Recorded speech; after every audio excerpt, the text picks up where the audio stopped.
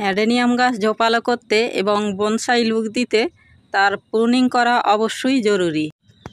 আমরা যদি অ্যাডেনিয়াম গাছ প্রুনিং না করি সেক্ষেত্রে একটি ডাল হয়ে লম্বা হয়ে যাবে, দেখতে ততটা ভালো লাগবে না।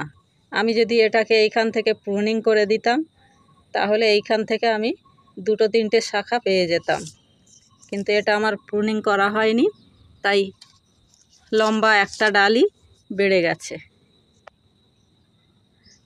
এই গাছটাকে দেখুন, এইটাকে আমি প্রুনিং করে দিয়েছিলাম, যার ফলে আমি এতে একাধিক শাখা পেয়েছি এবং কডেক্সেরও বৃদ্ধি ঘটেছে।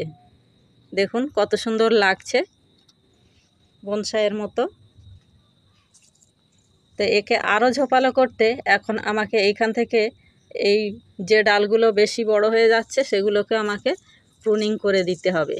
তো আজ আমি বেশ কিছু গাছ প্রুনিং করব। তো চ্যানেলে যারা নতুন এসছেন তারা অবশ্যই আমার চ্যানেলটিকে সাবস্ক্রাইব করবেন, আর যারা পুরানো বন্ধু আছেন তারা আমার ভিডিওটি শেয়ার করে অন্যকে দেখার সুযোগ করে দেবেন।